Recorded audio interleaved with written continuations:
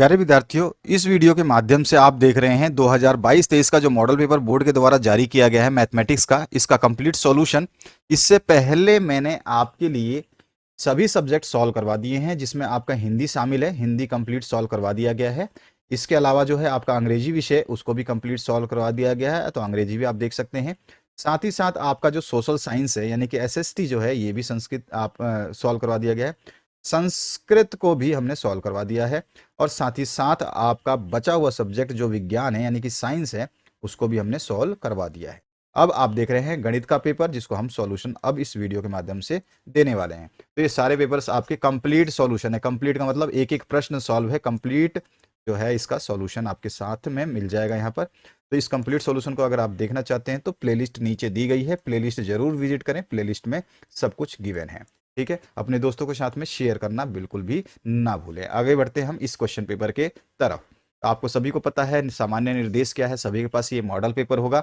अगर नहीं है तो आप सीधे सीधे इसी वीडियो के डिस्क्रिप्शन बॉक्स में आपकी प्लेलिस्ट के पहले ही इसकी पीडीएफ लिंक दी गई है, आप डाउनलोड कर सकते हैं, या वेबसाइट से भी आप डाउनलोड कर सकते हैं। खंड अ की बात करें तो खंड अ में 20 प्रश्न मिलेंगे आपको एमसीक्यू, जिनको आपको सॉल्व करके सही आंसर्स को टिक करना होगा।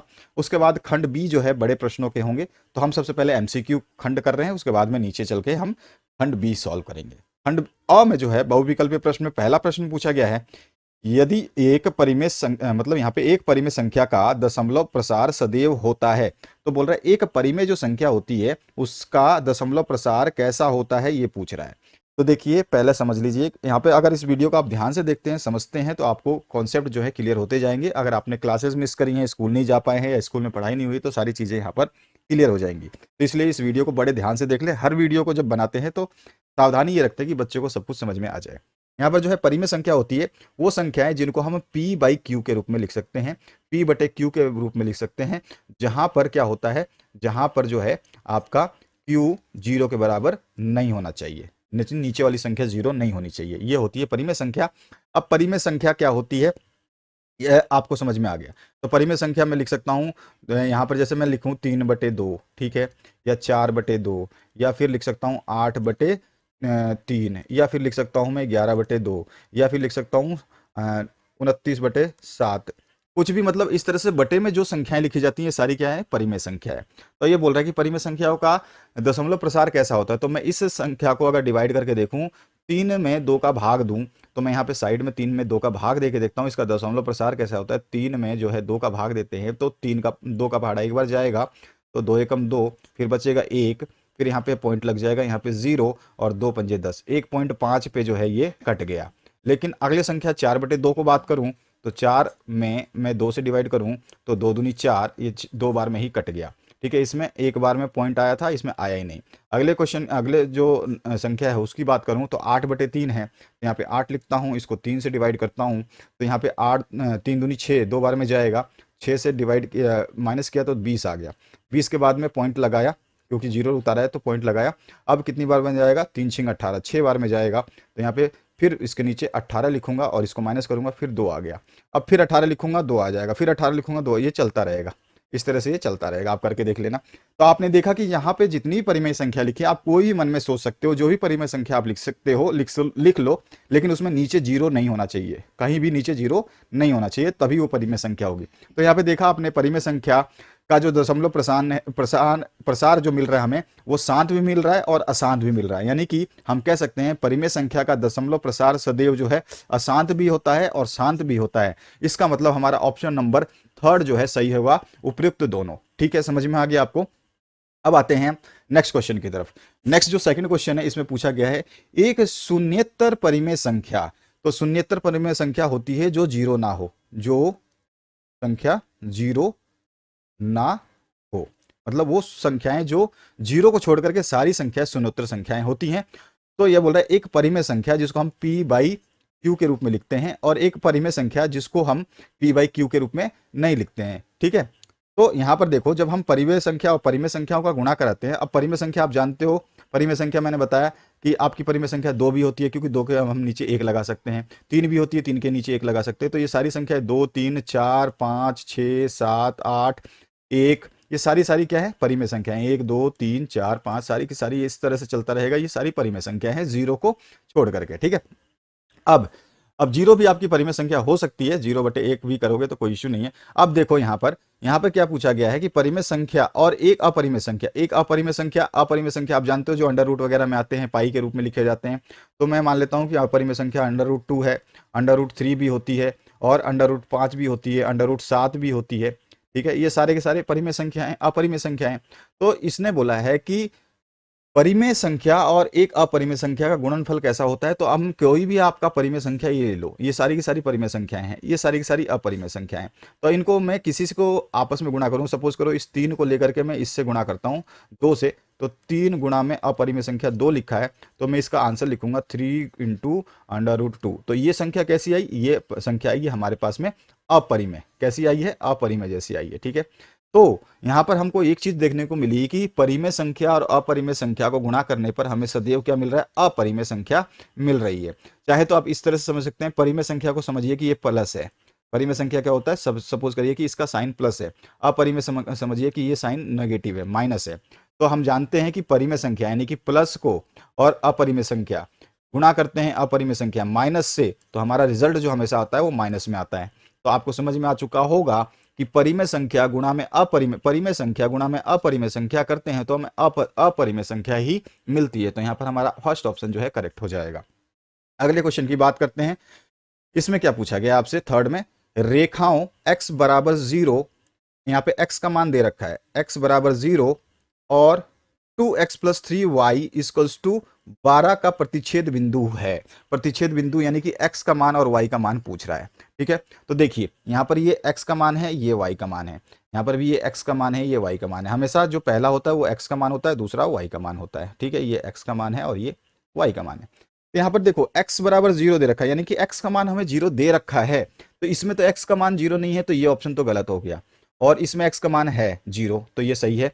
इसमें भी x का मान 0 है, ये भी सही है। इसमें देखते हैं, इसमें x का मान -4 है, तो ये भी गलत है, क्योंकि हमारे क्वेश्चन में ही दे रखा है कि x बराबर 0 है, तो ये दो ऑप्शन तो गलत हो गए। अब हमें क्या करना है, y का मान निकालना है। दोनों में तो 0 है, x का मान तो 0 0 है, तीसरे ऑप्शन में भी है, दूसरे ऑप्शन में भी है, लेकिन y का मान -4 आएगा कि 4 आएगा, ये चेक करना पड़ेगा। तो हम क्या करें, इस समीकरण में जो ऊपर लिखी हुई समीकरण है, इसमें जो है हम x का मान 0 रख देते हैं। तो यहाँ पर x का मान 0 रखते हैं, तो ये 2 गुणा x, तो 2 गुणा 0 क्या होगा, 0 हो जाएगा। 2 गुणा 0 क्या होता है, 0 हो जाएगा, प्लस में 3y बराबर में 12। अब यहाँ पर जो है 3y बराबर 12 मेरे को मिला, तो y बराबर क्या मिल जाएगा, तो y बराबर मिल जाएगा मेरे को 12/3, क्योंकि इधर गुणा में है, तो जब बराबर के इधर उधर जाता है तो जो भी चिन्ह होती है वो बदल जाता है। प्लस का है तो माइनस हो जाएगा, माइनस का है तो प्लस हो जाएगा, गुणा है तो भाग हो जाएगा, भाग होगा तो गुणा हो जाएगा, एक तरफ से दूसरी तरफ जाने में। तो यहाँ पे 3y इस साइड में है, अगर मैं इस साइड में भेजता हूँ तो ये बटे में चला जाएगा, क्योंकि यहाँ पे ये गुणा में है, तो यहाँ पे भाग में चला गया, तो 3 चौक 12। तो y का मान आया 4, यहाँ पे y का मान है -4, तो ये भी ऑप्शन गलत हो गया। अब देखते हैं, यहाँ पर देखो x का मान है 0 और y का मान है 4, ठीक है। x का मान दे रखा था 0 और y का मान हमने निकाला 4, तो हमारा ऑप्शन नंबर 2 जो है बिल्कुल सही ऑप्शन है। समझ में आ गया, आपको इस तरह से निकालना है। अगले क्वेश्चन की बात करते हैं। वह सबसे बड़ी संख्या जिससे 70 और 125 को विभाजित करने पर क्रमशः शेष फल यानी कि आपको रिमाइंडर 5 मिलता है और 8 प्राप्त होता है। इसको भाग करने पर आपको 5 मिले और इसको भाग करने पर क्या मिले, 8 मिले, वो संख्या आपको इस ऑप्शन में से बतानी है। तो आपको इस तरह के क्वेश्चंस को देख के घबराना नहीं है, बस भाग करके देख लेना है। तो सबसे पहले हम 13 से अगर भाग कर ले देते हैं 70 में, 70 में 13 से भाग करके देखता हूं, तो ये हो जाएगा आपका, देखो सबसे पहले तो वह सबसे बड़ी संख्या जिससे 70 और 125 को विभाजित करने पर, देखो 70 और 125 में विभाजित करना है, तो देखो ये तो 875 है, ये तो इतनी बड़ी संख्या 70 से बड़ी हो गई, तो विभाजित करने पे ये शेषफल तो मिलेगा नहीं, पॉइंटों में चला जाएगा, ये भी संख्या आपकी गलत है। अब बचता हमारे पास दो ही ऑप्शन, तो हम दो ही ऑप्शन चेक करेंगे। तो 13 से डिवाइड करते हैं, तो 13 पंजे 65 हो गया, ठीक है, 5 बार में गया, 13 पंजे 65 हो गया, हमारे पास शेषफल 5 आ गया। तो यही बोल रहा है कि अगर 70 को हम किसी संख्या से भाग देते हैं तो हमारे पास शेषफल 5 आता है, तो इसमें तो आ रहा है। अब 13 से केवल 125 को ही भाग देते हैं तो क्या मिलेगा, तो मैं देखता हूँ 13 से 125 को मैं डिवाइड करता हूँ, 125 और यहाँ पर 13। अब 13 को जब 125 से डिवाइड करूँ तो ये जाएगा 13 से 9 बार में, 13 में 117, तो 117 लिखेंगे, माइनस कर देते हैं, 125 में से 117 जाएगा तो आपका बचेगा 8 और 7 15 8। तो हमारे पास शेषफल आया 8। यानी कि 13 से मैं 70 में डिवाइड कर रहा हूं तो मुझे शेषफल 5 मिल रहा है। और अगर 13 से मैं 125 को डिवाइड कर रहा हूं तो मुझे शेषफल 8 प्राप्त हो रहा है। यानी पहला ऑप्शन मुझे सही मिल चुका है। अब दूसरा ऑप्शन चेक करने की आवश्यकता नहीं है, फिर भी आप करना चाहें तो कर सकते हैं, उससे कोई फर्क नहीं पड़ेगा। क्या देखते हैं हम करके, 65 है आपका यहाँ पर, 65 है, इसको 13 से डिवाइड करते हैं, 13 से नहीं, हमें 65 को नहीं करना है, हमें 70 को करना है। हम यहाँ पे कर लेते हैं। तो यहाँ पर मैं 70 को इस 65 से डिवाइड करता हूँ तो एक बार में जाएगा 65 है 65, और यहाँ पे 5 शेषफल बच गया। तो 65 से भी मुझे 5 शेषफल तो मिल गया। अब देखता हूँ दूसरे वाले में क्या 8 शेषफल मिलेगा। तो 125 लिखा मैंने, 65 से डिवाइड किया तो 65 दूनी कितना हो जाएगा, 130 हो जाएगा। ये तो ज़्यादा हो गया, तो ये हमारा होगा ही नहीं। ठीक है, तो हमारा जो आंसर आया पहला वाला 13, यही सही है। 65 से इस दोनों में भाग नहीं जाएगा। इसमें जाएगा 70 में, लेकिन 65 से 125 में भी भाग जाएगा, लेकिन 8 नहीं प्राप्त होगा। और इसमें केवल 5 प्राप्त हो रहा है, 8 नहीं हो रहा है। तो इसलिए हमें दोनों प्राप्त करने हैं, तो वो संख्या 13 है, जिसको दोनों में भाग देने से हमें 5 और 8 प्राप्त हो रहे हैं। तो हमारा फर्स्ट ऑप्शन जो है करेक्ट हो जाएगा। अगले क्वेश्चन, जो 5 नंबर क्वेश्चन है, इसकी बात करते हैं। यहां पर जो क्वेश्चन दिया गया है इसको थोड़ा ध्यान से समझना है आपको, और जल्दबाजी कुछ भी आपको करने की आवश्यकता नहीं है। तो यहां पर देखिए, इसमें सीधा सीधा आपसे क्या बोल रहा है।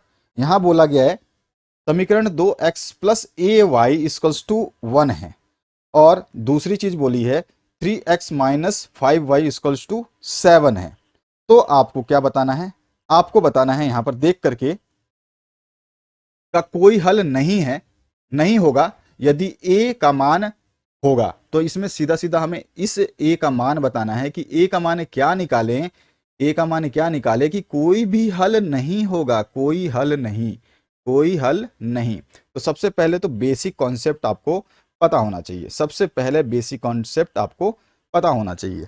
तो पहली चीज हम देखते हैं बेसिक कॉन्सेप्ट। बेसिक कॉन्सेप्ट क्या कहता है, आपको कहता है कि आपको जो समीकरण होती है वो होती है स्टैंडर्ड फॉर्म में a1, ठीक है, a1x plus b1y equals to c1।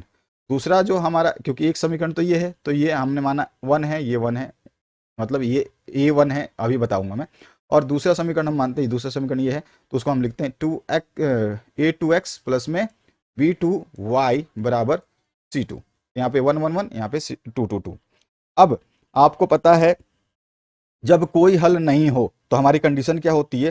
तो जब कोई हल नहीं हो तो हमारा होता है a1 अपॉन में a2 बराबर b1 अपॉन में b2 बराबर c1 अपॉन में c2। अब इसमें से ये बराबर नहीं होता है जब कोई हल ना हो, कोई हल नहीं हो।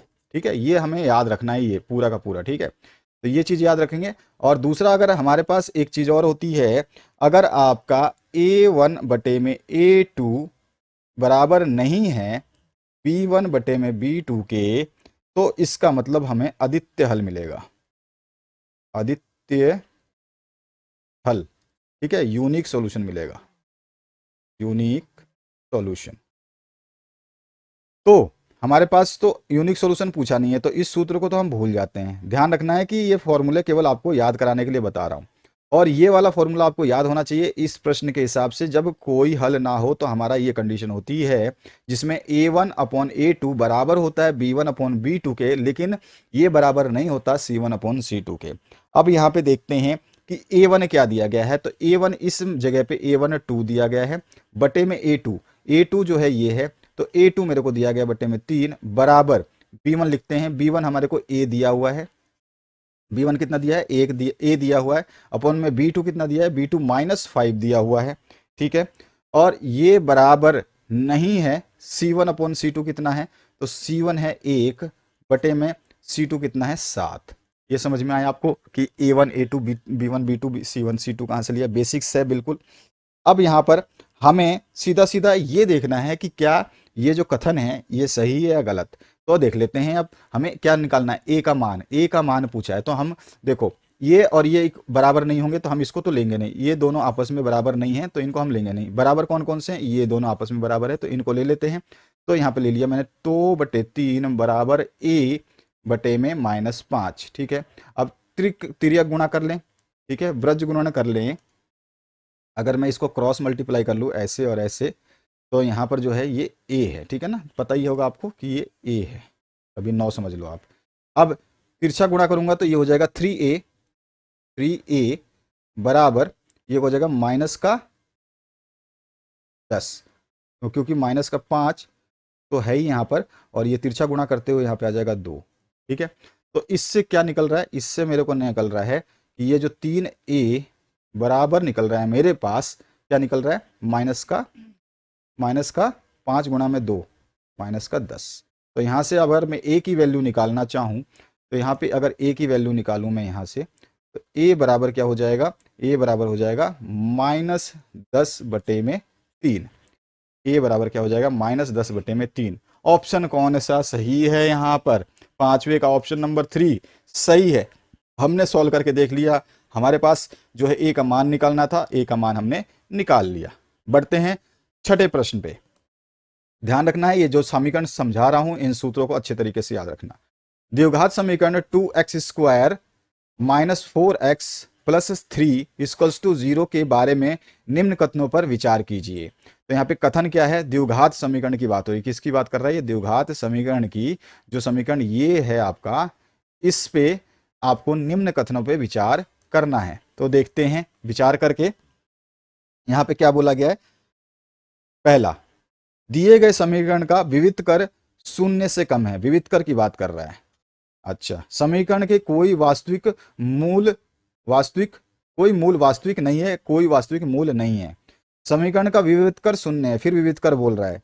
समीकरण के मूल वास्तविक हैं, तो वास्तविक 0 कुछ भी हो तो हमें एक पहले पता होना चाहिए कि विविध कर का फॉर्मूला क्या होता है। जब विविध कर की बात हो रही है तो विविध कर हमें लिखना आना चाहिए। तो विविध कर जो होता है, पहले तो सबसे पहले ये स्टैंडर्ड फॉर्म, इसका इक्वेशन क्या होती है, स्टैंडर्ड इक्वेशन हमारी द्विघात समीकरण की, तो हम उसको लिखते हैं, आप उसको क्या लिखते हैं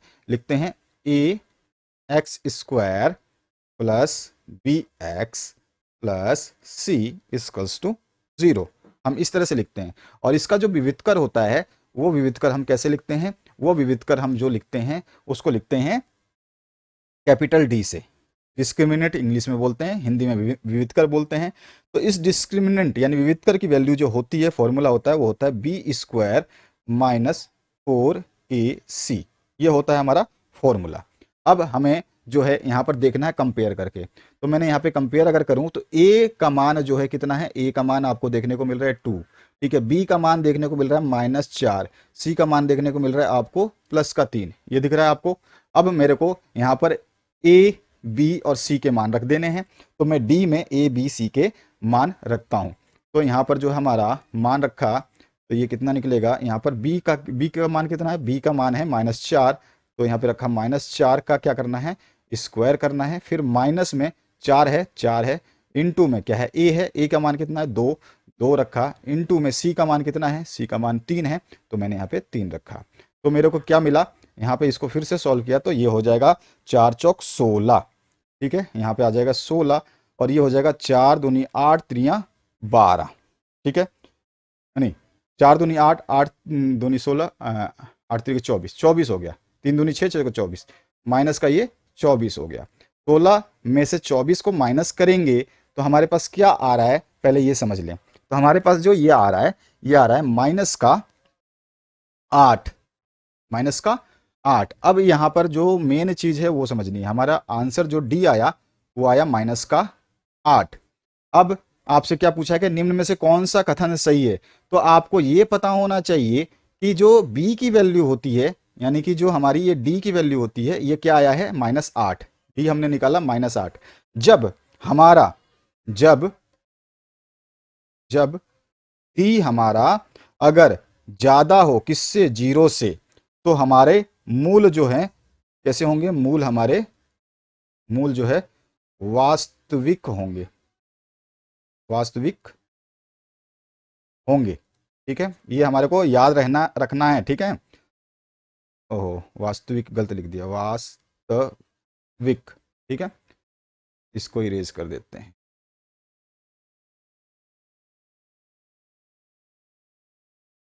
मूल जो है हमारे वो कैसे होंगे, वास्तविक, वास्तविक होंगे। ठीक है, अगर d ज्यादा है जीरो से, लेकिन अगर d मेरा जीरो के बराबर आ गया, जो मान निकाल रहे हैं इसकी बात कर रहे हैं, d का मान हमने निकाला है, अगर d जीरो आता तो हमारे जो मूल होते हैं वो कैसे होते हैं, मूल वास्तविक और बराबर होते। ठीक है, मूल वास्तविक और बराबर। ठीक है, बराबर होंगे। ये चीज समझ में आ गई आपको। अब अगर d मेरा जीरो से छोटा हो गया, जीरो बड़ा हो गया d से, तो क्या होता है, तो मूल जो हमारे होते हैं वो क्या होते हैं, काल्पनिक होते हैं।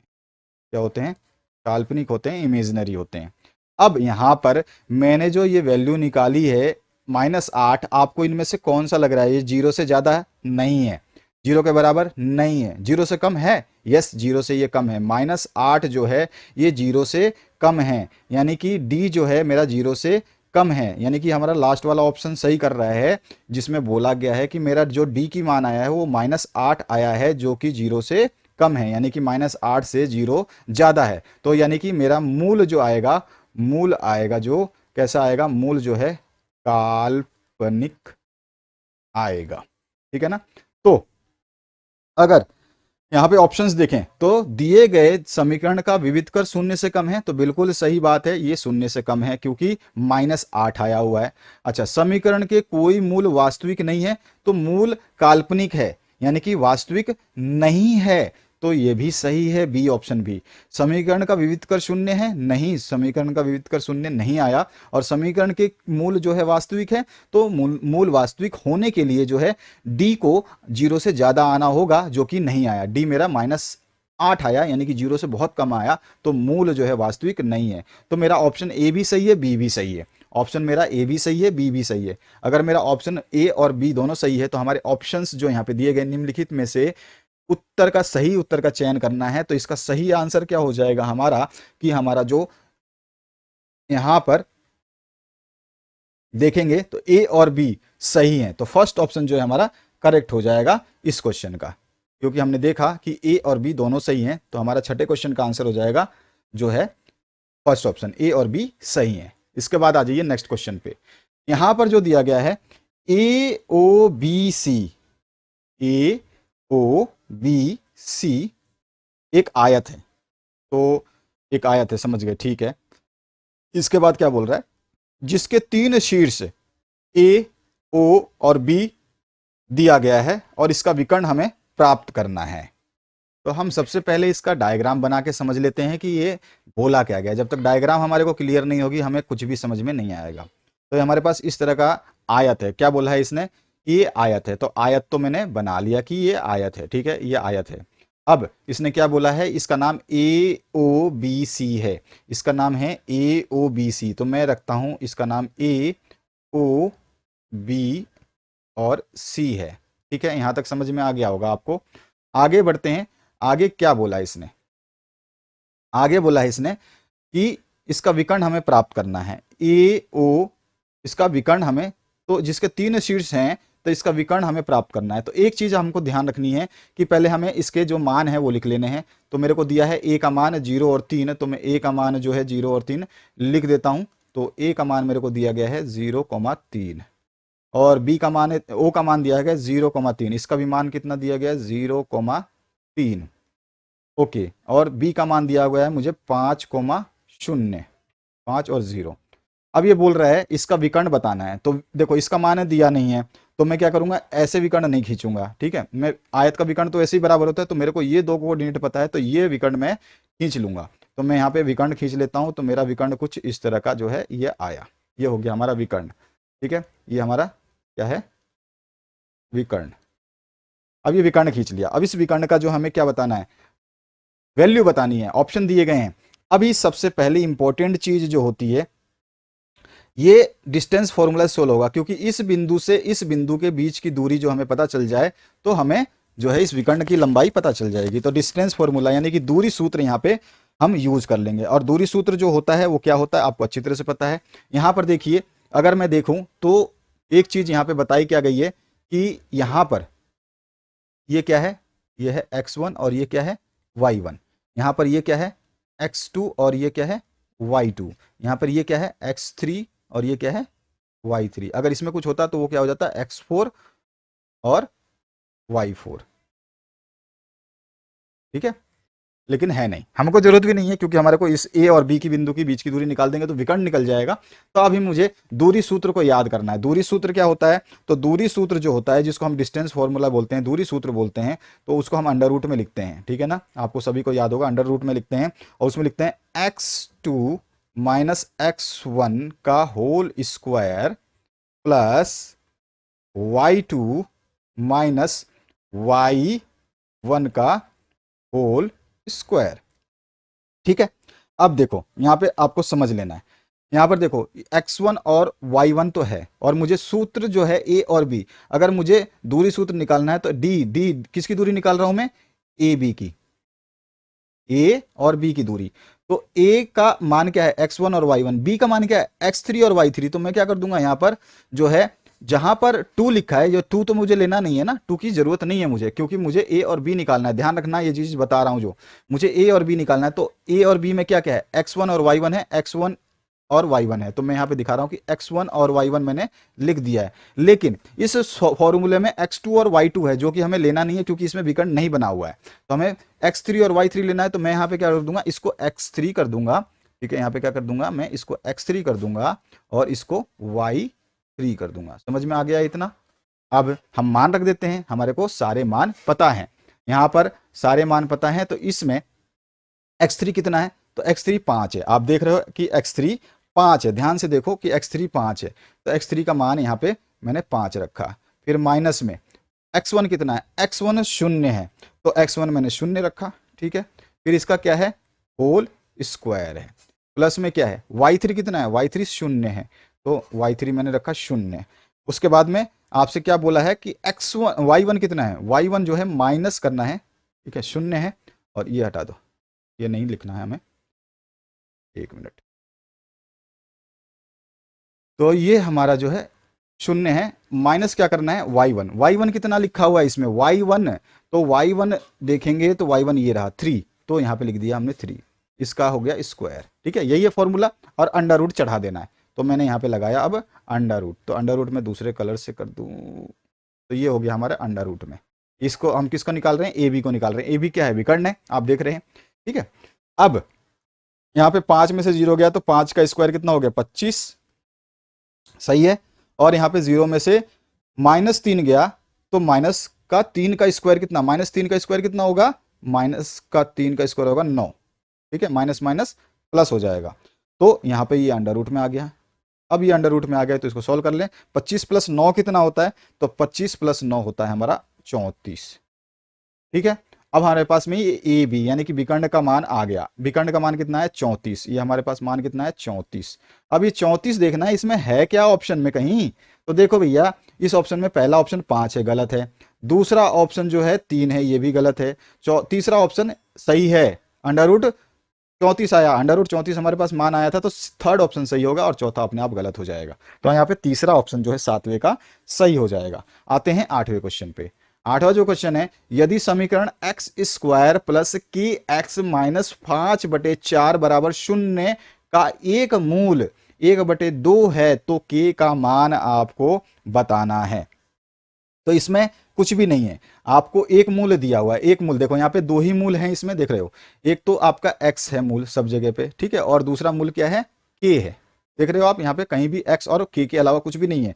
तो एक मूल तो इसने दिया हुआ है और k का पूछ रहा है, तो k तो मुझे निकालना है, k मुझे निकालना है। और दिया क्या है मुझे, इसका मतलब x दिया है, तो एक मूल दिया गया है। तो दिया गया मूल जो है हमारा x है, वो कितना है 1/2। ये तो समझ में आ गया आपको। थोड़ा समझ लिया करो आराम आराम से, शांति से, तभी जाके आपको पता चलेगा। जब मुझे x का मान दिया हुआ है, ये x का मान दिया है, तो इस समीकरण में x की जगह रख दूं तो k का मान ऑटोमेटिकली निकल जाएगा। तो मैं यहां रख देता हूं 1/2 का स्क्वायर है, x का मान कितना 1/2 का स्क्वायर, प्लस में क्या है फिर k, फिर इसका 1/2 से इसको गुणा किया गया है, फिर माइनस में क्या है 5/4 बराबर कितना है 0। यही है हमारा समीकरण जो हमने लिखा।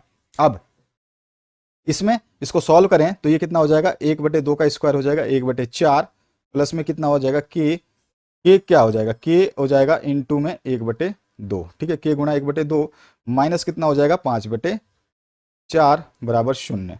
अब मैं क्या करूंगा, यहां से इसको गुणा कर लूं तो ये हो जाएगा 1/4, प्लस में के गुणा 1/2 क्या हो जाएगा k/2 माइनस में 5/4 बराबर 0, ठीक है।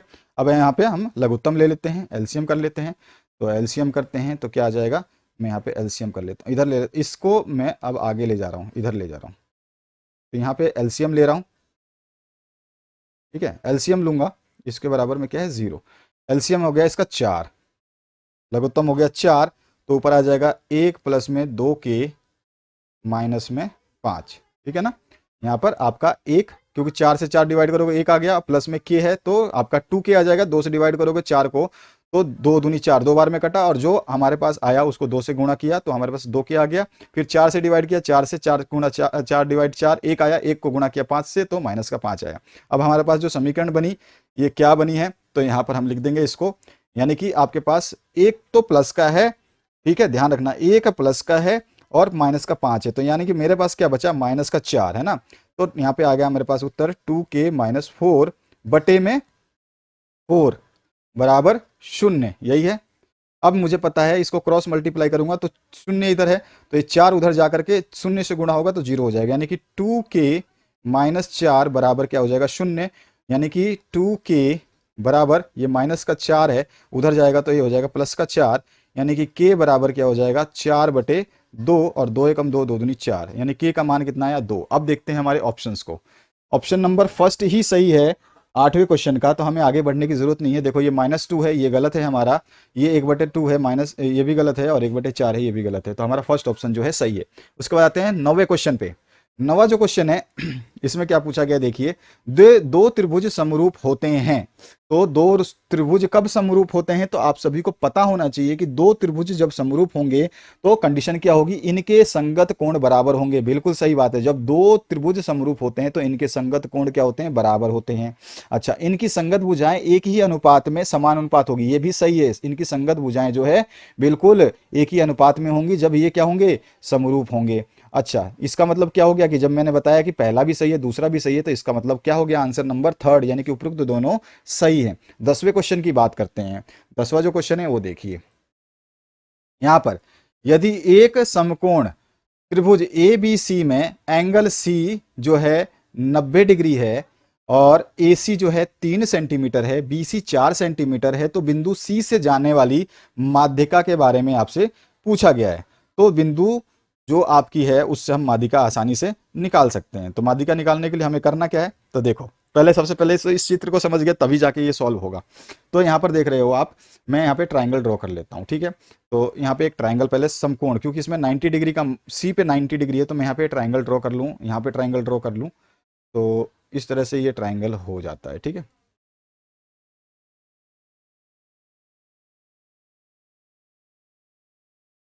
ये हो गया ट्राइंगल।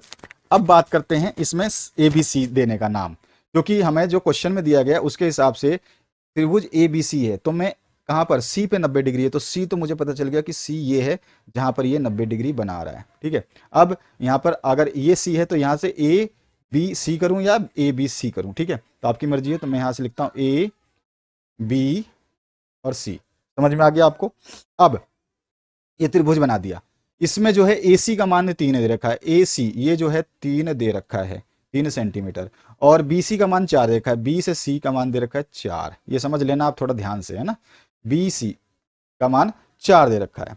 अब हमें जो है क्या बोल रहा है, तो बिंदु सी से जाने वाली माध्यिका की माप, बिंदु सी से एक माध्यिका जा रही है, तो बिंदु सी की जो है माध्यिका मैं बना देता हूं, तो यहां से एक माध्यिका इस तरह से जा रही है, ठीक है, इस तरह से जा रही है। अब जो ये माध्यिका जाती है ना, ये हमेशा क्या करती है, इस पे जो है लंब बनाती है, यानी कि इस पे भी क्या बनाएगी 90 डिग्री, ये रूल होता है। तो यहाँ पर ये क्या बना रही है, यहाँ पर इस पे जब माध्यिका जाती है किसी बिंदु से तो दूसरी साइड पे गिरते ही वहां पे 90 डिग्री बनाती है। साथ ही साथ जिस साइड पे ये गिरती है उसको दो बराबर भागों में डिवाइड करती है, यानी कि यहाँ पर ये पार्ट और ये पार्ट बराबर होंगे। चलो कोई बात नहीं, वो बात की बातें हैं। यहाँ तक समझ में आ गया, पूरा डायग्राम हमने क्वेश्चन के हिसाब से बना लिया। अब इसने पूछा है इस माध्यिका की माप, यानी कि मुझे इसकी माप निकालनी है। इसकी माप निकालनी है मुझे, जो ये लाइन है इसकी माप जो है सी से लेकर के जो जा रही है आगे तक, इसका माप निकालना है। अगर मैं इसको डी मान लूं तो मैं इसको डी कर लेता हूं, ठीक है, सी डी, ठीक है। सी डी का मुझे माप निकालना है। किसकी माप निकालनी है? माध्यिका की माप क्या है? माप जो है माध्यिका क्या है यहाँ पे? सी और डी, ठीक है। सी डी का माप निकालना है। सबसे पहले मुझे 3 और 4 पता है। अगर मुझे ए भी पता चल जाए तो मुझे पता है ए बी का आधा पॉइंट पर जो है डी है, यानी कि ए बी पता चल जाएगा तो आधा ये होगा आधा वो होगा। तो मैं यहाँ पे निकाल लेता हूँ पाइथागोरस थ्योरम से, क्योंकि यहाँ पे आधार हमें दे रखा है और ये है हमारा कर्ण, ये है लंब। तो आपका कर्ण जो है ए बी निकालना चाहूं तो ए बी बराबर क्या हो जाएगा? ए बी स्क्वायर बराबर, यानी कि कर्ण स्क्वायर बराबर क्या होता है? आधार। आधार कितना है? 4। 4 का स्क्वायर प्लस में आधार प्लस में क्या होता है? लंब का स्क्वायर, यानी कि 3 का स्क्वायर। ठीक है, मैं सीधा लिख रहा हूं, आपको मुंह से बता दिया मैंने कि फॉर्मूला क्या होता है। कर्ण बराबर आधार स्क्वायर प्लस में लंब स्क्वायर, ठीक है, ये ध्यान रखोगे। अब ए बी का मान कितना आ जाएगा? ए बी स्क्वायर का मान कितना आ रहा है? तो 4 चौक 16 प्लस में 3 तिया 9, यानी कि मेरे पास ए बी स्क्वायर का मान आ गया 25। यानी कि मेरे पास ए बी का मान आ जाएगा 25 का अंडर रूट, क्योंकि स्क्वायर हटा रहा हूं मैं, इसका ए बी का स्क्वायर था, स्क्वायर हटाऊंगा तो इधर अंडर लुक जाएगा। तो ए बी का मान आ जाएगा मेरे पास 5। यानी कि ये ए से लेके बी तक मुझे कितना मिला? ये मुझे मिला है 5, ठीक है। अगर ये मुझे टोटल 5 मिला है तो मैंने आपको बताया था कि ये जहां पे बिंदु के गिरता है उसके इधर वाले पार्ट को आधा आधा कर देता है। तो 5 का आधा ये कितना होगा? 2.5 होगा। यानी कि इधर वाली बिंदु जो है मेरे को 2.5 मिली, ये वाली लाइन डी से बी मेरे को 2.5 मिली, और जो है ए से डी मुझे 2.5 मिलेगी, ठीक है। यानी कि जब माध्यिका होती है, माध्यिका जिस साइड पे गिरती है वो बराबर हिस्सों में तोड़ देती है, यानी कि इसमें ए डी बराबर है आपके बी डी के, जिसका मान हमने बताया 2.5 सेंटीमीटर है। समझ में आ गया ना? अब हमें क्या करना है? सी और डी का मान ज्ञात करना है। सी और डी का मान ज्ञात करना है मुझे। देखो 4 मिल चुका है, ये 4 है मेरे पास, 2.5 बी डी है, तो मुझे ये क्या निकालना है? ये क्या है? लंब है। अभी आ रहा है समझ में? ये क्या है? लंब है, क्योंकि 90 डिग्री बना रहा है। तो मुझे लंब निकालना है, मुझे कर्ण और आधार पता है। अभी अभी मैंने आपको सूत्र बताया, फिर भी लिख देता हूं। कर्ण स्क्वायर बराबर होता है आधार का स्क्वायर प्लस में लंब का स्क्वायर, ठीक है। अब आपको यहां पर इस वाले त्रिभुज को केवल लेना है। कौन से त्रिभुज की बात कर रहे हैं हम? ध्यान रखना, इस वाले त्रिभुज की ही बात कर रहे हैं। केवल ये त्रिभुज लेंगे तभी जाके हमारे को सी डी का मान निकलेगा। ये वाला त्रिभुज लिया। अब देखो इसमें ये आधार अगर है तो आधार कितना दे रखा है? 4। तो 4 का स्क्वायर कर दिया, ठीक है। प्लस में मुझे लंब का मान निकालना है, तो लंब तो मैंने छोड़ दिया। लंब क्या है? सी डी है, तो मैं यहाँ पे सी डी का स्क्वायर कर देता हूँ। सी डी का स्क्वायर बराबर कर्ण। कर्ण जो है इसमें आप देख सकते हो, कर्ण अगर आप इसको कर्ण मारते हो 4 को तो इसको आप आधार मान लो, ठीक है, आपकी मर्जी है किसी को। तो ये 2.5 है, तो ये हो गया 2.5 का स्क्वायर। अब आगे 2.5 का स्क्वायर कितना हो जाएगा? तो 2.5 का जो स्क्वायर होगा वो हो जाएगा आपका 55 25 625, ठीक है ना, 625 होगा। तो ये हो जाएगा 6.25 स्क्वायर कर दिया मैंने। ये हो जाएगा आपका 4 चौक 16 प्लस में ये हो जाएगा सी डी का स्क्वायर। सी डी का मान मुझे निकालना है, तो मैं यहाँ पे क्या करूँगा? इसको उधर ले जाऊँगा, तो यहाँ पर आ जाएगा आपका सी डी यहीं रहेगा। तो सी डी का मान हो जाएगा आपका, इसको इधर ले लूँ, इसको उधर ले लूँ, तो मुझे यहाँ से सी डी स्क्वायर बराबर प्राप्त हो जाएगा आपका, इसको उधर ले जाऊं तो हो जाएगा ये अंडर रूट में 16 माइनस 6.25, या आप लिख सकते हो 6.25 माइनस 16, कोई फर्क नहीं पड़ेगा, कोई दिक्कत वाली बात नहीं है, ठीक है। तो यहाँ पर जो हो जाएगा आपका 16 माइनस 6.25, 16 में से 6.25 को माइनस करोगे तो आ जाएगा 9.75। ये किसका आया हमारे पास में? सी डी स्क्वायर का मान। और सी डी बराबर क्या हो जाएगा? तो इसका अंडर रूट निकाल लेता हूं। नहीं, सी डी स्क्वायर का मान तो ये था, सी डी स्क्वायर हटा दूंगा, क्योंकि अंडर रूट लगा चुका हूं तो स्क्वायर हटा दूंगा। सी डी बराबर अंडर रूट 16 माइनस में 6.25, तो सी डी बराबर में आ गया 16 माइनस 6.25 करा तो 9.75, और 9.75 का अंडर रूट निकाला तो मेरे पास इसका मान जो आएगा वो आ जाएगा 3.122। ये हो गया हमारे पास इसका आंसर। अब देखते हैं इसमें क्या आंसर अवेलेबल है। तो देखते हैं, पहले ऑप्शन में 2.5 है, नहीं, ये हमारा ऑप्शन जो है गलत है। इसके बाद दूसरे ऑप्शन में 3 सेंटीमीटर है, ये भी गलत है। तीसरे ऑप्शन में 3.5 सेंटीमीटर है, ये भी गलत है। चौथे ऑप्शन में 4 सेंटीमीटर है, ये भी गलत है। यानी कि इसमें ऑप्शन ही गलत दिए गए हैं। हमारा जो राइट आंसर आएगा वो आएगा सी डी बराबर में 3.122। ठीक है, तो ये सी डी यानी कि माध्यिका की मान जो है वो क्या हो जाएगी 3.122, जो कि ऑप्शन में नहीं है। अगला जो 11वां क्वेश्चन है उसकी बात करते हैं। 11वां क्वेश्चन देखिए। 11वें क्वेश्चन में एक समचतुर्भुज के विकर्णों की लंबाई 16 और 12 सेंटीमीटर है, तो इस समचतुर्भुज की भुजा की लंबाई हमें ज्ञात करनी है। बस बहुत सिंपल सा क्वेश्चन दिया गया है। आपको बोला क्या गया है कि आपको जो है भुजा की लंबाई निकालनी है। सबसे पहले समचतुर्भुज का आपको याद होना चाहिए डायग्राम कैसा होता है या समचतुर्भुज होता क्या है। तो समचतुर्भुज जो होता है उसको समझ लीजिए। सबसे पहले समचतुर्भुज बना ही लेते हैं एक। तो कुछ इस तरह का समचतुर्भुज आपको देखने को मिलेगा।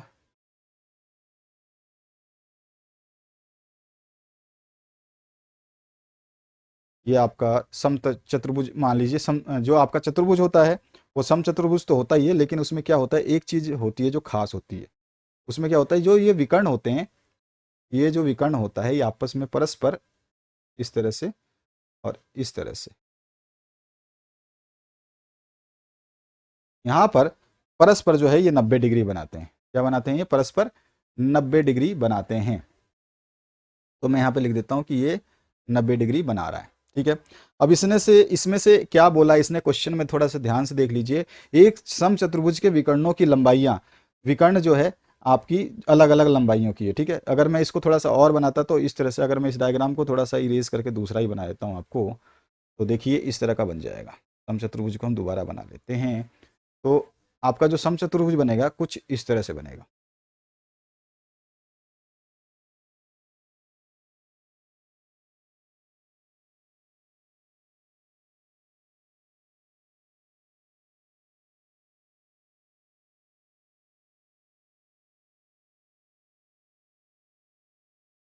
यहाँ पर जो है मैं इसको ड्रॉ कर लूँ पहले, फिर जाके आपको समझ में आएगा। अब विकर्ण एक लंबा और एक छोटा दिख रहा है आपको, तो आपको अब ज़्यादा समझ में आ जाएगा। कुछ समचतुर्भुज आपका इस तरह का देखने को मिलता है। अब इसमें बोल रहा है कि एक विकर्ण जो है आपका कितना है, 16 है, और एक विकर्ण जो है आपका 12 है। तो ये विकर्ण अगर 16 है, बड़ा वाला विकर्ण, अगर एक विकर्ण 16 है तो मैं आपको मान लेता हूँ कि ए बी सी डी है। ये ए, ये बी, ये सी और ये डी है। ठीक है, अगर ये वाली विकर्ण 16 है तो ये आपको पता ही है कि मैंने बताया कि ये 90 डिग्री पे करते हैं और साथ ही साथ एक दूसरे को आधे आधे बराबर भागों में बांटते हैं। अगर मैं बोलूं कि ये जो यहाँ पर आप देख रहे हैं ये विकर्ण जो लंबा वाला खड़ा विकर्ण है, इसकी ये साइड और ये साइड आपस में बराबर होगी क्योंकि ये विकर्ण इसको काट रहा है। इसी तरह से ए सी विकर्ण जो है वो बी डी विकर्ण को काट रहा है, तो इसमें जो है इसकी ये साइड और ये साइड आपस में बराबर होगी। ये चीज तो समचतुर्भुज की प्रॉपर्टी होती है, ये तो समझ में आनी चाहिए आपको। अब यहाँ पर हमें क्या बोल रहा है कि आप बताओ कि जो है भुजा की लंबाई, यानी कि ये साइड जो बाहर वाली जो लंबाइयां हैं ये कितने की होगी।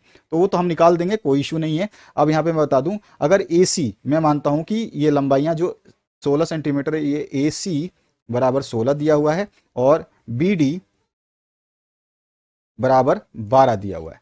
तो अब मैं ए सी 16 समझूं तो ए सी 16 समझूं तो ए सी का आधा 8 ये होगा और 8 ये होगा। सही है, क्योंकि मैंने बताया कि जो विकर्ण है वो दूसरे विकर्ण को आधा कर देता है। इसी तरह से एसी विकर्ण जो है बीडी को आधा कर चुका होगा, तो बीडी अगर 12 है तो इसका जो दूसरा मान है तो यहाँ पर जो है ये 6 होगा और ये भी कितना होगा, 6 होगा। ये समझ में आ चुका आपको इतना डायग्राम। अब आगे बस हमें कुछ नहीं करना, हमें सॉल्व कर देना है। तो अभी आप सीधा सीधा कह सकते हैं कि ये अगर बीच में ओ है, बिंदु क्या है, ये ओ बिंदु है, मान लो कि ये ओ बिंदु है, तो मैं कह सकता हूं कि ओ सी, अगर इस डायग्राम को आप देखें तो हमारे को क्या मिल रहा है कि आपका जो है यहाँ पर ओ सी, ठीक है, यहाँ पर जो है आपका ओ सी बराबर है किसके, ओ सी बराबर है ओ ए के, और यहाँ पर ओ बी बराबर है ओ डी के, ओ बी बराबर है ओ डी के। ठीक है, इस तरह से आपको ये पता चल चुका है। ठीक है, और इसमें ओ ए ओ सी कितना है, ये 8 है, और ओ बी ओ डी कितना है, ये 6 है। ठीक है ना, यहाँ पे हमने दिखा दिया। अब कोई भी त्रिभुज ले लो, अगर मैं यहाँ पे देखो कोई भी त्रिभुज लेता हूँ, त्रिभुज अगर मैं केवल ये वाला ले लूँ, समझना ध्यान से, बहुत अच्छी चीज बता रहा हूँ, इसको जरूर समझना। देखो यहाँ से अगर मैं ए बी ओ लूँ, तो ए बी और ओ, ए बी और ओ त्रिभुज ले लेता हूँ, तो आपको एक चीज समझ में आएगी कि मुझे ए भी मिल जाएगा, क्योंकि मेरे पास ए ओ 8 है। ठीक है, ए ओ ये वाला ए ओ 8 है, और ये ओ बी 6 है। तो ओ बी आप देख रहे हो यहाँ पर, ओ बी कितना है मेरे पास, 6 है। ठीक है, तो ओ बी 6 हो जाएगा, तो ओ बी हमारे पास में 6 है, और ए ओ जो है हमारे पास 8 है। तो मुझे ये कर्ण ज्ञात करना है, और कर्ण का अभी हमने फॉर्मूला निकाला था, कर्ण बराबर क्या होता है, तो हम सीधे सीधे लिख सकते हैं ए बी स्क्वायर बराबर, हमें एमसीक्यू सॉल्व करना है तो आना चाहिए मैथमेटिक्स सॉल्व करना, अन्यथा आपसे मैथमेटिक्स नहीं होगी। ए बी स्क्वायर बराबर क्या हो जाएगा, ओ बी का square, O B square plus में ओ ए स्क्वायर। अच्छा, ए बी मुझे निकालना है, ए बी मुझे पता नहीं है, यही साइड जो ए बी निकलेगा वो बी सी हो जाएगी, वही बी सी सी डी हो जाएगी, वही डी ए हो जाएगा, मतलब सारी भुजाएं क्या होती हैं, बराबर होती हैं। तो अब हमें देखना है, तो ओ बी कितना दिया हुआ है, ओ बी हमारे को 6 दिया हुआ है, तो 6 का स्क्वायर प्लस में ओ कितना दिया है, 8 दिया है, तो 8 का स्क्वायर, यानी कि 6 छंगे 36, तो यहाँ पे 36 आ गया, प्लस में आपका 8 8 64 आ गया, ये कितना आ गया, ए बी का स्क्वायर। तो ये हो गया आपके पास में 100, है ना। अब मैं ए बी बराबर निकालूं, तो स्क्वायर हटाऊंगा तो क्या हो जाएगा, अंडर रूट हो जाएगा 100, 100 का अंडर रूट होता है 10 सेंटीमीटर। क्या आ गया, साइड आ गई, यानी कि ये भी 10 सेंटीमीटर है। ठीक है, ये भी 10 सेंटीमीटर है, ये भी 10 सेंटीमीटर है, और ये भी 10 सेंटीमीटर। तो इसमें समचतुर्भुज की भुजा की लंबाई हमने निकाल ली 10 सेंटीमीटर। ऑप्शंस देखते हैं, 9, 10, 8, 20, तो सेकंड ऑप्शन जो है हमारा करेक्ट हो जाएगा 11वें क्वेश्चन का। आते हैं नेक्स्ट क्वेश्चन की तरफ, समझ में आ चुका होगा आपको। अगले क्वेश्चन की तरफ बढ़ रहे हैं। दो समरूप त्रिभुजों की भुजाएं 4:9 के अनुपात में हैं। दो समरूप त्रिभुजों की भुजाएं जो हैं 4:9 के अनुपात में है, तो इन त्रिभुजों के क्षेत्रफलों का अनुपात होगा। तो इन त्रिभुजों के क्षेत्रफलों का अनुपात हमें निकालना है। बड़े समझदारी से सावधानी से देखना है आपको, पूरा वीडियो बनाऊंगा तो आपको टाइम से देखना होगा, पूरा समझना है तो टाइम से समझना होगा, तभी जाके आपका जो है कॉन्सेप्ट भी क्लियर होगा, नहीं पढ़ा होगा तो वो भी समझ में आ जाएगा। तो मैं दो ट्राइंगल्स बना लेता हूं, दो समरूप त्रिभुज बना लेता हूं सबसे पहले, है ना, ताकि हमको कंफ्यूजन ना हो। तो एक त्रिभुज मैंने ये बना लिया, और एक त्रिभुज जो है मैंने थोड़ा छोटा बना लेते हैं, या थोड़ा सा बड़ा बना लेते हैं, समरूप देखने में एक जैसे, बाकी क्या होता है। तो ये हमने दो त्रिभुज बना लिए। अब इस त्रिभुज में क्या बोल रहा है, मैंने नाम दे देता हूं, ए बी सी डाल देता हूं। तो ए बी सी, इसका डाल देता हूं पी क्यू आर। ठीक है, अब ये क्या है, समरूप त्रिभुज है, क्या है ये, समरूप समरूप त्रिभुज है। ठीक है, अच्छा, अब हमें एक चीज जब हमें पता है कि अगर त्रिभुज ए बी सी समरूप होगा त्रिभुज पी क्यू आर के, तो इनकी जो संगत भुजाओं का अनुपात है वो क्या होता है, बराबर होता है। यानी कि ए बी, मैं कहूं त्रिभुज ए बी सी में ए बी, ठीक है, बटे में पी क्यू, समझ में आ रहा है आपको, ए बी बटे में ए बी, इसका साइड अगर ये लिया है तो इसका साइड भी यही लेंगे। संगत भुजा का मतलब एक तरह की भुजाएं, एक साइड की साइड, ये साइड अगर लिया है तो ये साइड ही लूंगा। तो ए बी बटे में पी क्यू, ठीक है, बराबर अगर करूंगा मैं तो ये हो जाएगा ए सी बटे में पी आर, क्योंकि ए सी जो है, अगर मैं ये ए सी लेता हूं तो मुझे इधर क्या लेना पड़ेगा, पी आर लेना पड़ेगा। तो यहां पर जो हो जाएगा, ये हो जाएगा ए सी बटे में पी आर। और अगर मैं बी सी लेता हूं, यदि मैं ये बी सी लेता हूं तो यहां पे क्या लूंगा, क्यू आर लूंगा। तो यहां पे हो जाएगा बी सी बटे में क्यू आर। ये समझ में आया।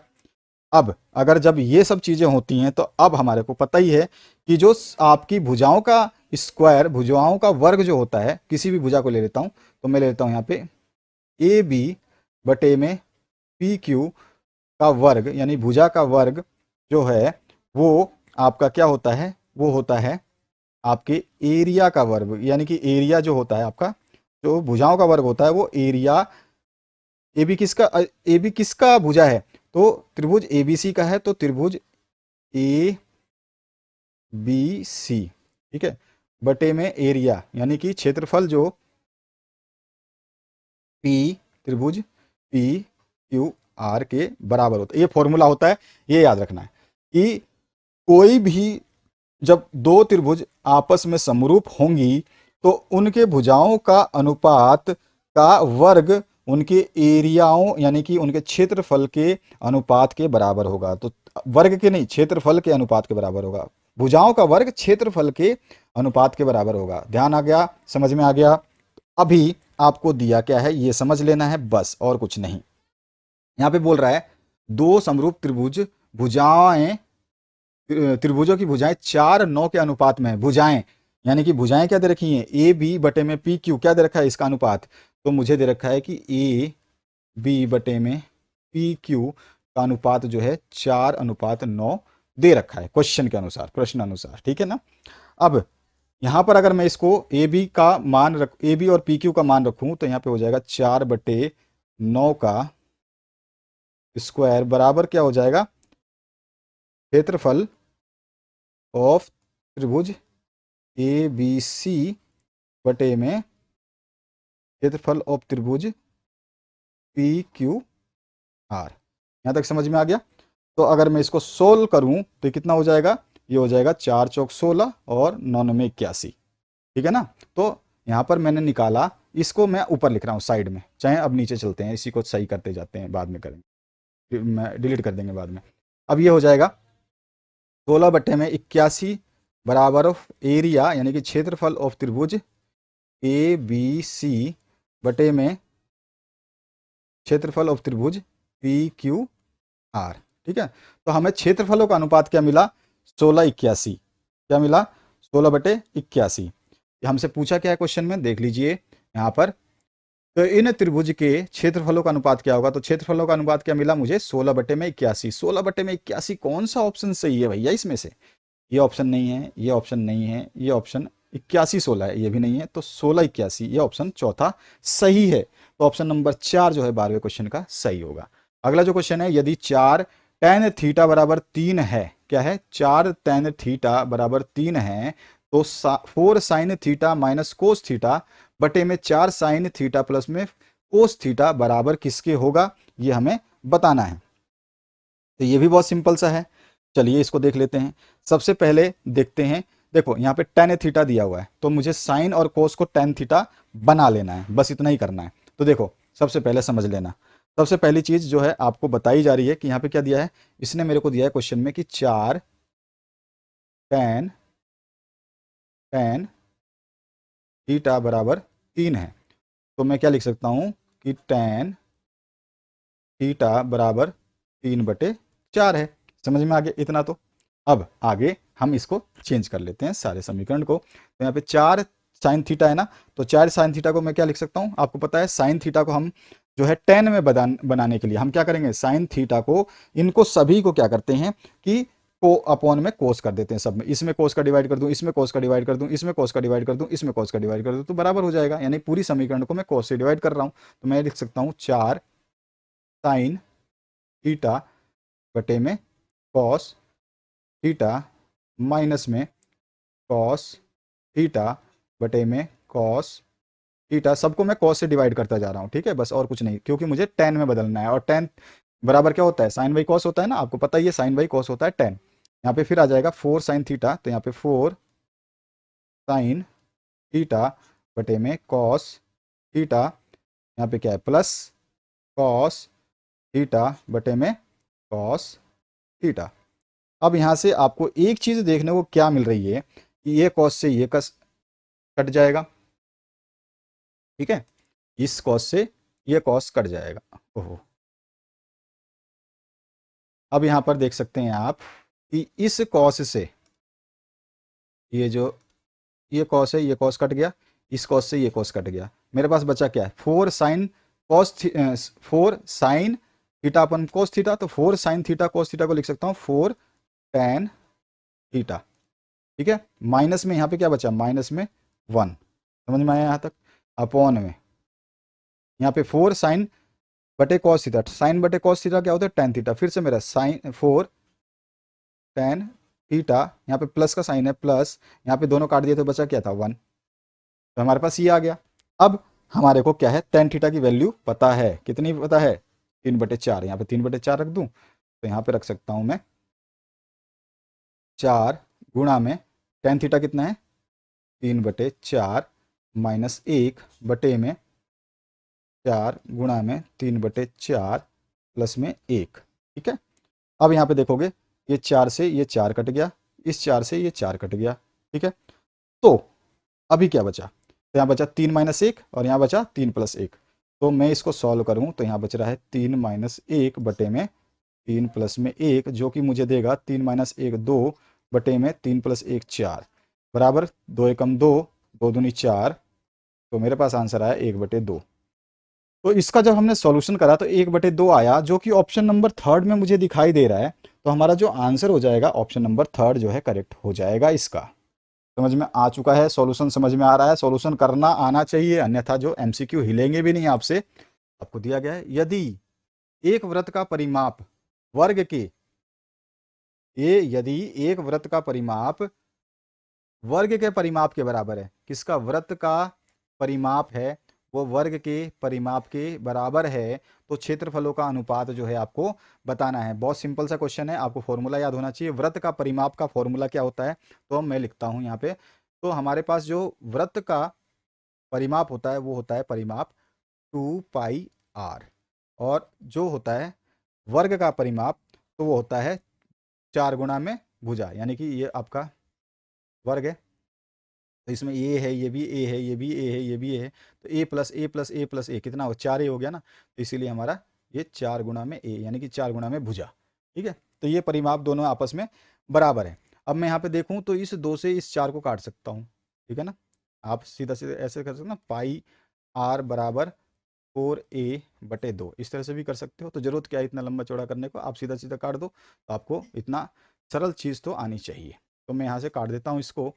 तो यहाँ पर देखिए ये 2 से काटा मैंने, 2 एकम 2 और 2 दूनी 4, यानी कि मेरे पास अब आया बचा क्या है, पाई आर बराबर 2a, ये मेरे पास बचा हुआ है।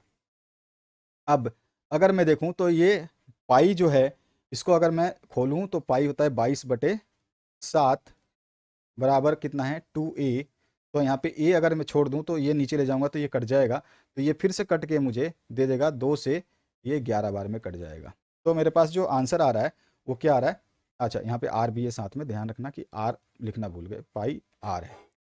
पाई आर, पाई का मान 22/7 गुणा आर बराबर 2a है। तो यहाँ पे पाई का मान रख दिया 22/7, और 2 से हम इस 22 को काट सकते हैं, चाहे तो आप ए को छोड़ दें यहीं पर और फिर ये 2 को इधर लाएंगे तो इसके नीचे हो जाएगा, और नीचे 2 से फिर ये 11 में कट जाएगा। आपकी मर्जी है, आप कैसे भी कर ले। तो ये हो गया हमारे पास में जो अब आया, ये आया हमारे पास में 11/7 आर बराबर ए।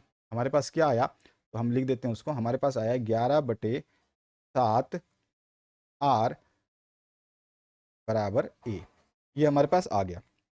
ये मान लेते हैं समीकरण नंबर 1 आ गया। अब इसने क्या बोला, तो उनके क्षेत्रफलों का अनुपात हमें बताना है। तो हमें ये पता है कि क्षेत्रफल जो होता है, वृत्त का क्षेत्रफल होता है 2 pi R square, pi R square, और जो आपका वर्ग का क्षेत्रफल होता है वो होता है भुजा गुणा भुजा, जो कि हमने भुजा माना है ए, तो यहाँ पे हो जाएगा ए गुणा में ए। ठीक है, अब हमारे को जो है यहाँ पे ए का मूल्य पता है, यानी कि ए की वैल्यू मुझे पता है। ए की वैल्यू कितनी थी, ए बराबर है 11/7 आर, तो ए की वैल्यू की रख देता हूँ। ठीक है, तो यहाँ पे ये पाई है, तो सबसे पहले पाई लिख देता हूँ, पाई का मान है 22/7।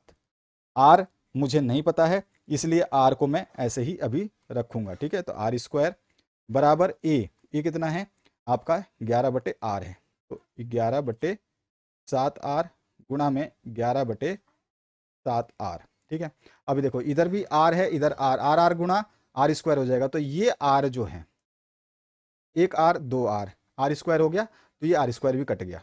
समझ में आ गया। अब इस 11 से, इस 11 से ये 22 कट जाएगा 2 बार में।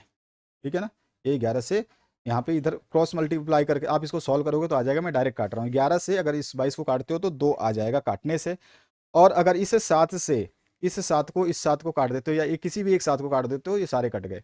अब हमारे पास जब कटने के बाद में इधर क्या बचा, तो इधर देखोगे तो यहाँ पे कुछ भी नहीं बचा केवल 2 के अलावा, तो यहाँ पे मेरे पास बचा 2। इधर क्या बचा, तो इधर बचा है केवल 11/7। कितना बचा है, 11/7।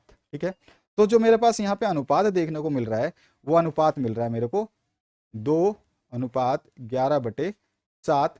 ठीक है, जिसको सिंप्लीफाई करके हम ऐसे कर सकते हैं कि ये तिरछा मल्टीप्लाई होता है, जिसको व्रज गुणा भी क्रॉस मल्टीप्लाई बोलते हैं। तो यहाँ पे हम इसको इस तरह से मल्टीप्लाई कर देते हैं, तो ये हो जाएगा 7 दूनी 14:11। इस तरह से आ रहा है 14:11। अब 14:11 का कौन सा आंसर हमारा सही होगा 15 नंबर में, तो आप देखेंगे यहाँ पर 14:11 जो है हमारे दूसरे ऑप्शन में आ रहा है, तो ये दूसरा ऑप्शन जो है सही होगा। तो ये हमें निकाल लिया किसका, क्षेत्रफलों का अनुपात। ये क्षेत्रफल है, हमारे को भुजा निकाल ली पहले, और फिर उस भुजा का मान क्षेत्रफल में रखा, बस इसको सॉल्व किया काट पीट करके, 14:11 जो है इसका आंसर आ जाएगा। अगला जो है, दो गोलों के आयतन का अनुपात 64:27 है, तो उनके पृष्ठीय क्षेत्रफलों का अनुपात जो है आपको बताना है। तो सबसे पहले आपको ये पता होना चाहिए कि जो गोला होता है, गोला की बात कर रहा है, तो गोले का जो वॉल्यूम होता है, वॉल्यूम यानी कि आयतन की बात कर रहा है ना, तो गोले का जो आयतन होता है वो होता है 4/3 पाई आर क्यूब। ये होता है इसमें दो गोले हैं, तो यानी कि एक गोला R1 होगा तो दूसरा गोला R2 होगा मान लेते हैं।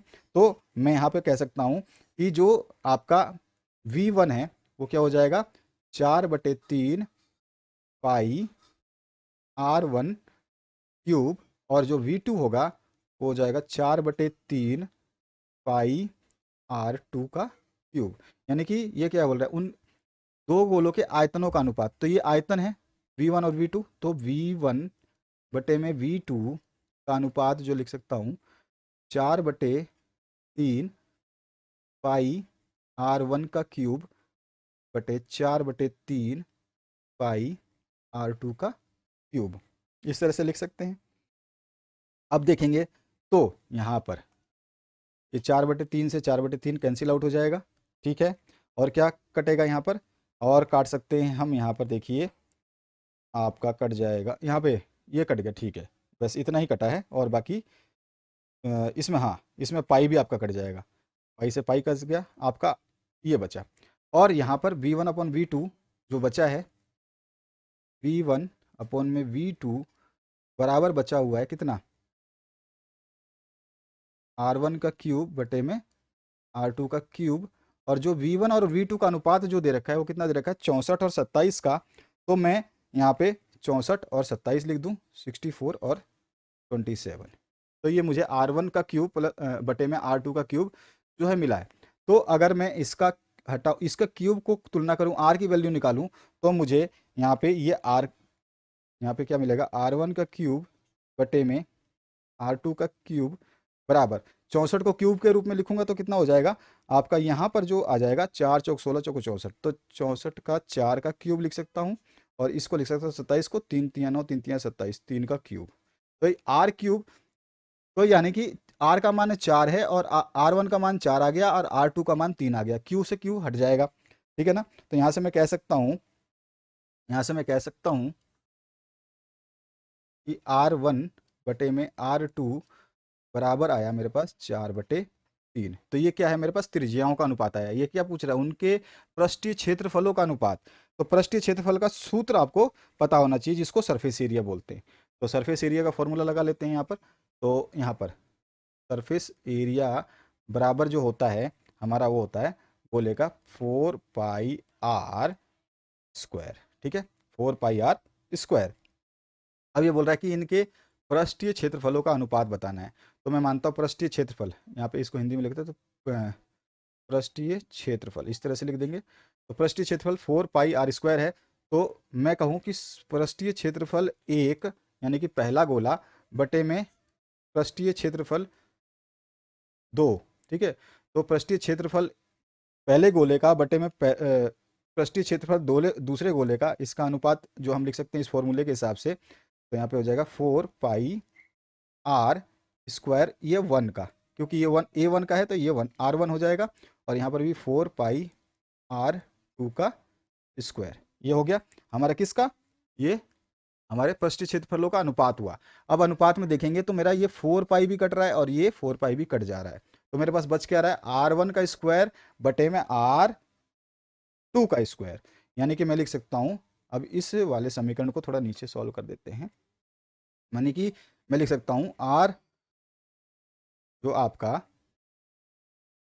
R1 का स्क्वायर बटे में R2 का स्क्वायर बराबर, ठीक है, बराबर, देखो यहाँ पर R1 बटे R2 कितना है, 4/3, तो 4/3 का स्क्वायर, क्योंकि यहाँ पे R1/R2, इसको क्या लिख सकते हो, R1 बटे में R2 का स्क्वायर, ऐसे भी लिख सकते हो।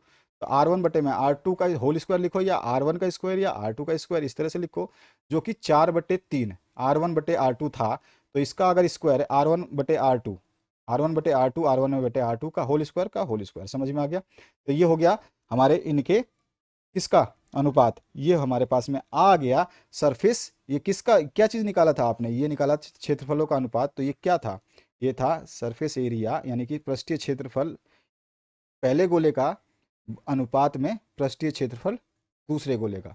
तो हमारे पास उन गोलों का अनुपात जो है, मैं इसको निकालूं तो ये हो जाए 4×4 = 16 बटे में 3×3 = 9। ठीक है, तो हमारे पास जो आंसर आया वो आया आपके पास 16/9। अब हमें ऑप्शन में देखना है 16/9 जो है वो कहाँ है, एक मिनट, आपका 16/9 कहाँ है, इस में हमने 16/9 निकाला है, ये आंसर हमारे, तो हमारा 16/9 कहाँ है, तो ये चौथा ऑप्शन अगर आप देखें 16वें क्वेश्चन का, तो 16/9 आ रहा है, यानी तो हमारा चौथा ऑप्शन जो है इसका सही हो जाएगा। इसके बाद आते हैं नेक्स्ट क्वेश्चन पे। 1 से 10 तक की धनात्मक विषम संख्याओं का समांतर माध्य आपको निकालना है। बहुत इजी सा क्वेश्चन है। 1 से 10 तक की विषम संख्याएं कौन कौन सी हैं, तो मैं लिखता हूं फटाफट। एक पहला, ठीक है, फिर 3, फिर 5, फिर आपका 7 और फिर 9, यही विषम संख्याएं हैं। इनका समांतर माध्य निकालना है, तो हमारे पास संख्याएं कितनी आ गई, 1 2 3 4 5, यानी कि n बराबर मेरे पास 5 आ गया। तो समांतर माध्य क्या होता है, संख्याओं का योग, यानी कि 1 प्लस में 3 प्लस में आपका 1 प्लस में 3 प्लस में 5 प्लस 7 प्लस 9 बटे में कितने n कर देंगे, तो n कितना है 5। ये संख्या कितनी है, 1 2 3 4 5, तो 5 से डिवाइड कर देंगे, आप जोड़ेंगे 4 और 1, 5 5 4 9, 9 9 18, 18 और 7 जो है ये आ जाएगा आपका 25। तो यहाँ पे 25 बटे में 5, 5 एकम 5, 5 25, यानी कि समानांतर माध्यम मुझे 5 मिला, तो मेरा ऑप्शन नंबर जो है यहाँ पे चौथा करेक्ट हो जाएगा। तो 17वां क्वेश्चन सॉल्व हो गया। 18वें क्वेश्चन की बात करें, माध्यिका का आलेखीय विधि द्वारा निम्न में से किसे प्राप्त किया जाता है। तो जब हम माध्यिका का आलेख बनाते हैं तो उसके द्वारा हम किसे प्राप्त करते हैं, तो हमारा आंसर जो हो जाएगा यहाँ पर, माध्यिका से आलेखीय विधि विधि द्वारा हम किसे प्राप्त करते हैं, तो माध्यिका के आलेखीय विधि द्वारा जो है हम त्वरण को प्राप्त करते हैं। ये ऑप्शन जो है करेक्ट हो जाएगा, त्वरण को हम प्राप्त करते हैं। 19वें क्वेश्चन की बात करते हैं, तो 19वें क्वेश्चन में पूछा गया है एक छोटा सा, कि यदि कुछ प्रेक्षणों का माध्य जो है 27 और बहुलक 45 है, तो माध्यिका क्या होगी। तो आपको यहाँ पे एक फॉर्मूला याद रखना है, जो फॉर्मूला होता है आपका माध्यक, माध्यिका और बहुलक के बीच में। तो हमारा जो फॉर्मूला होता है ये होता है माध्य माइनस बहुलक, माध्य माइनस माध्य माइनस बहुलक, माध्य माइनस बहुलक बराबर जो होता है ये हो जाता है आपका 3 इंटू में माध्य, माध्य माइनस माध्य, माध्य का, माध्यिका, ठीक है, माध्यिका, ये होता है फॉर्मूला। अभी हमारे को क्वेश्चन में क्या क्या दिया है पहले तो वो देख लो। तो हमारे को माध्य दिया हुआ है 27, ये ध्यान रखना है, और बहुलक दे रखा है आपको 45। तो हम बहुलक का मान और माध्य का मान जहाँ पे जो है वहाँ पे रख देंगे। तो माध्य मुझे दिया हुआ है, तो माध्य मुझे दिया हुआ 27, तो माध्य की जगह मैं रखता हूँ 27, माइनस में बहुलक मुझे दिया है 45, तो मैं रखता हूँ 45 बहुलक का मान, गुणा में 3 गुणा में माध्य, तो 3 रखा मैंने। ठीक है, माध्य का मान फिर से मेरे को रखना है, यहाँ पे माध्य का मान कितना दिया है 27, तो यहाँ पे रखूंगा मैं 27, माइनस में माध्यिका, मुझे माध्यिका ही निकालनी है, तो माध्यिका छोड़ देता हूँ, ये माध्यिका, अब 27 माइनस माध्यिका है, तो यहाँ पे माध्यिका, अगर पहले मैं इसको सॉल्व कर लेता हूँ, 27 में से आपका अगर 45 गया तो आपके पास बचेगा कितना, माइनस का 18, 18। और यहाँ पे 3 गुणा 27 करें तो 3 गुणा 27 जो होगा ये हो जाएगा आपके पास में 81, माइनस में 3 गुणा में माध्यिका, 3 गुणा में माध्यिका, ठीक है। तो 3 गुणा में माध्यिका हो गई।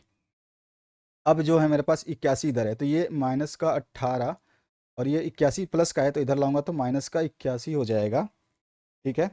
बराबर जो हो जाएगा माइनस का 3 गुणा में माध्यिका, ये हो जाएगा। अब मेरे को माध्यिका निकालनी है, तो इस -3 को इधर ले जाता हूँ, तो माइनस का 18 प्लस माइनस का 81 कितना हो जाएगा, 8 और 1 9 9 99, माइनस का 99 बराबर माध्यिका। यहाँ से -3 इसके साथ गुणा था, इसको इधर लाऊंगा तो -3 इधर भाग हो जाएगा। अब मैं इसको अगर मैं काटूं तो 3 एकम 3 3 3 9, 3 एकम 3 3 3 9, तो ये हो जाएगा माइनस का माइनस माइनस कट गया, तो ये हो जाएगा 33। यानी कि माध्यिका जो आई, माध्यिका जो आई वो 33 आई। तो माध्यिका 33 का ऑप्शन किस ऑप्शन में है, सेकंड नंबर ऑप्शन में है। तो हमारा दूसरा जो ऑप्शन है करेक्ट हो जाएगा, इस एमसीक्यू 19 नंबर का दूसरा ऑप्शन जो है करेक्ट हो जाएगा, क्योंकि इसमें 33 नंबर दूसरे नंबर पे है। इसके बाद 20वां जो एमसीक्यू है इसकी बात करते हैं, फिर बड़े प्रश्नों को हम सॉल्व करेंगे। बहुत सारे बड़े प्रश्न हैं जिनको हमको सॉल्व करना है। पहले एमसीक्यू को आप समझ जाएंगे तो बहुत सारा आसान हो जाएगा आपके लिए पेपर। वर्गीकृत आंकड़ों की से अधिक प्रकार और से कम प्रकार की संचयी बारंबारता वृक्कों के प्रतिच्छेद बिंदु के भुज भुज से आंकड़ों का प्राप्त होना क्या होता है। तो देखो, पहले तो आप देखो, आपको याद होना चाहिए कि संचयी बारंबारता का जो आपका डायग्राम बनता है कुछ इस तरह से आपको बनता है। ये वाई एक्सिस होता है, ये एक्स एक्सिस होता है, इस तरह से, ठीक है ना। और जब आप बनाते हो तो यहाँ पे वर्ग की सीमाएं लिखते हैं। यहाँ पे आप लिखते हो, यहाँ पे लिखते हो आप सीमाएं, और जो ऊपर लिखते हो आप यहाँ पे लिखते हो बारंबारता। इस साइड में जो लिखते हो वो क्या लिखते हो, बारंबारता, ठीक है, बारंबारता लिखते हो। अब यहाँ पर कोई भी जब आप देखते हो तो से अधिक का जो प्रकार का संचयी बारंबारता से अधिक जो होता है, से अधिक का प्रकार का जो बारंबारता होती है वो लाइन कुछ इस तरह से आती है, ठीक है, ऐसे आती है नीचे की तरफ। तो ये होती है से अधिक, बताता जा रहा हूँ, ये होती है से अधिक। अच्छा, और जो हमारी यहाँ से निकलती है ऊपर की तरफ जाती है वो होती है से कम। तो जो दूसरी चीज़ निकलती है हमारी ऐसे, वो होती है हमारी से कम। ये होती है हमारी से कम संचयी बारंबारता, ठीक है। से कम संचयी बारंबारता वक्र और से अधिक संचयी बारंबारता वक्र, ठीक है। अब जब दोनों एक दूसरे को काटती हैं, यहाँ पे क्या बोला, से अधिक प्रकार के बारंबारता वक्र से कम प्रकार की संचयी बारंबारता वक्र के प्रतिच्छेद बिंदु के भुज से। अभी प्रतिच्छेद बिंदु जो है ये आपसे बोला गया कि ये प्रतिच्छेद बिंदु है इसका, ये वाला भुज जो होती है वो एक्स एक्सिस होती है आपकी, ठीक है ना। तो भुज से जो दूरी आपका भुज से जो दूरी एक्स एक्सिस से मानी जाती है ना, तो भुज से जो ये वाली दूरी जो होती है ऐसे, ये वाली जो लंबवत दूरी जो है इस आंकड़े की, इस बिंदु की, ये जो है इस भुज पे जो इस पॉइंट पे जो हमारे को देता है, ये क्या देता है, माध्यक देता है। इस पॉइंट पे क्या देता है, यहाँ पर प्रतिच्छेद, प्रतिच्छेद बिंदु के भुज से, प्रतिच्छेद बिंदु के भुज से जो है आंकड़ा जो प्राप्त होता है, ये जो यहाँ पर प्रतिच्छेद बिंदु तो ये है, इस प्रतिच्छेद बिंदु के से भुज तक पहुंचते हैं जो, तो यहाँ पर भुज पे जहाँ पे ये कट करता है यहाँ पे हमें क्या मिलता है, माध्यक मिलता है। क्या मिलता है, माध्यक मिलता है। माध्यक मिलता है, तो हमारा आंसर कौन सा सही होगा, इसमें भी सेकंड ऑप्शन जो है करेक्ट हो जाएगा, माध्यक। तो ये 20 प्रश्न के एमसीक्यू देखे।